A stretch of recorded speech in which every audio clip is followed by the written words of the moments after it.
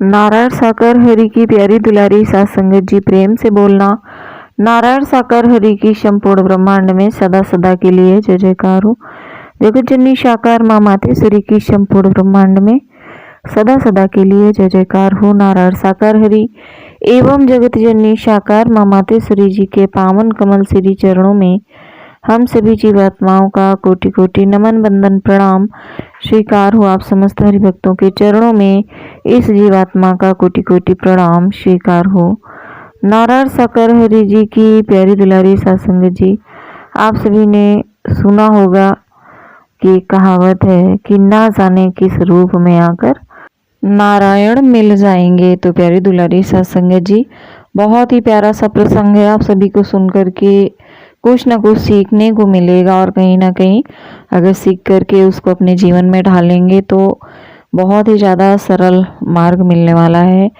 तो प्यारी दुलारी सत्संग जी, अपने भक्तों को सीधे रास्ते पर लाने के लिए हरि परमात्मा की अनेकों लीलाएं चलती रहती हैं और अनेकों भक्तों के साथ में होती रहती हैं।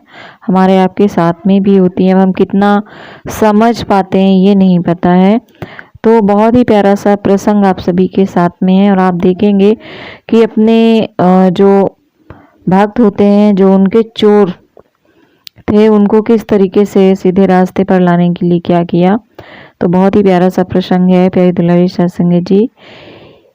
चलिए शुरू करते हैं। एक दिन संत के घर रात को चोर घुसे। घर में कुछ भी नहीं था, सिर्फ एक कंबल था जो संत ओढ़े हुए लेटे हुए थे। सर्द रात संत रोने लगे क्योंकि घर में चोर आए और चुराने को कुछ नहीं है।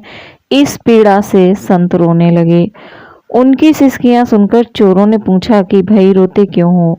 संत बोले, आप आए थे जीवन में पहली दफा, यह सौभाग्य तुमने दिया मुझे। संत होकर के यहाँ आने का आपने मौका दिया। लोग संतों के यहाँ चोरी करने नहीं जाते हैं, सम्राटों के यहाँ जाते हैं।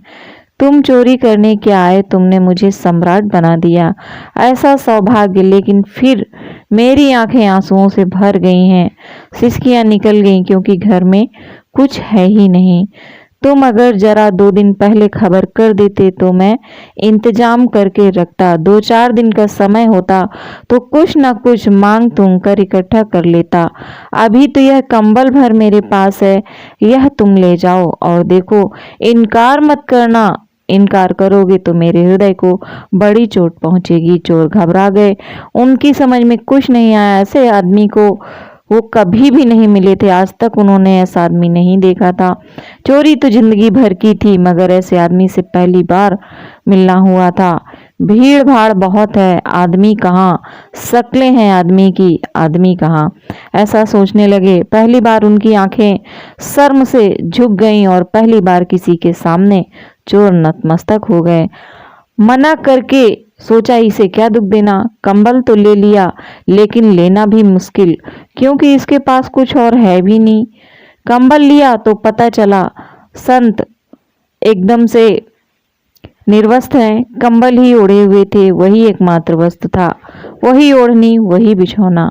लेकिन संत ने कहा, तुम मेरी फिक्र मत करो, मुझे ऐसे ही रहने की आदत है।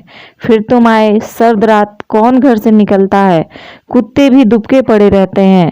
तुम चुपचाप ले जाओ और दोबारा जब आओ मुझे खबर कर देना। चोर तो ऐसे घबरा गए, एकदम निकलकर झोपड़ी से बाहर हो गए। जब बाहर हो रहे थे तब संत चिल्लाया कि सुनो, कम से कम दरवाजा बंद कर दो और मुझे धन्यवाद दो। आदमी अजीब है, चोरों ने सोचा।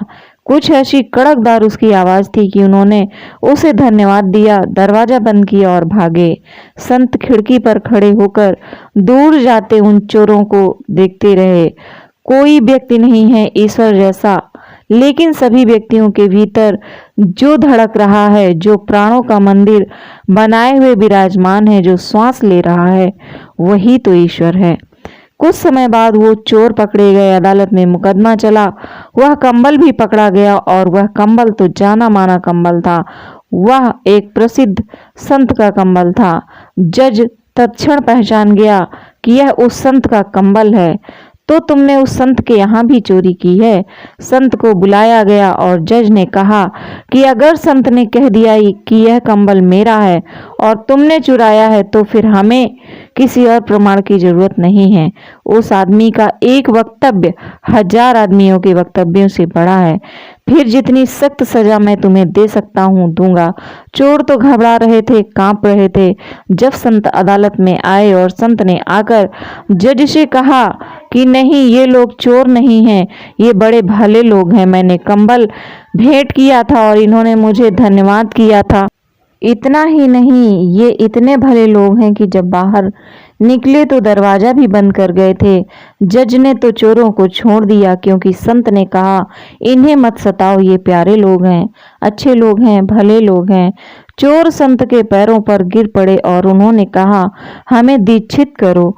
वे संन्यास्त हुए और संत बाद में खूब हंसे और उनसे कहा कि तुम सन्यास में प्रवेश कर सको तो इसीलिए तो तुम्हें कंबल भेंट दिया था, इसे तुम पचा थोड़े ही सकते थे। इस कंबल में मेरी सारी प्रार्थनाएं बुनी थीं। झीनी झीनी बीनी रे चदरिया, उस संत ने कहा प्रार्थनाओं से बुना था इसे, इसी को ओढ़कर ध्यान किया था। इसमें मेरी समाधि का रंग था, गंध थी, तुम इससे बच नहीं सकते थे। यह मुझे पक्का भरोसा था कंबल ले ही आएगा तुमको। उस दिन चोर की तरह आए थे, आज शिष्य की तरह आए। मुझे भरोसा है क्योंकि कोई बुरा आदमी है ही नहीं। तो प्यारी दुलारी साध संगत जी, आप सभी को ये मोटिवेशनल सी मार्मिक स्टोरी प्रसंग सुन करके कैसा महसूस हुआ? यानी कि अगर संत चाह लें, संत रूपी भगवान चाह लें तो हमारे आपके जीवन में बदलाव होने से कोई नहीं रोक सकता है। और अगर हम चाह लें कि हमें सुधरना है तब भी हमें कोई नहीं रोक सकता है। तो प्यारी दुलारी साध संगत जी, आई होप कि आप सभी को ये स्टोरी पसंद आई होगी। स्टोरी पसंद आई है तो चैनल को सब्सक्राइब कीजिएगा, लाइक कीजिएगा और शेयर कीजिएगा। तो चलिए मिलते हैं आप सभी से नेक्स्ट वीडियो में। तब तक के लिए प्रेम से बोलना नारायण साकार हरि की संपूर्ण ब्रह्मांड में सदा सदा के लिए जय जयकार हो।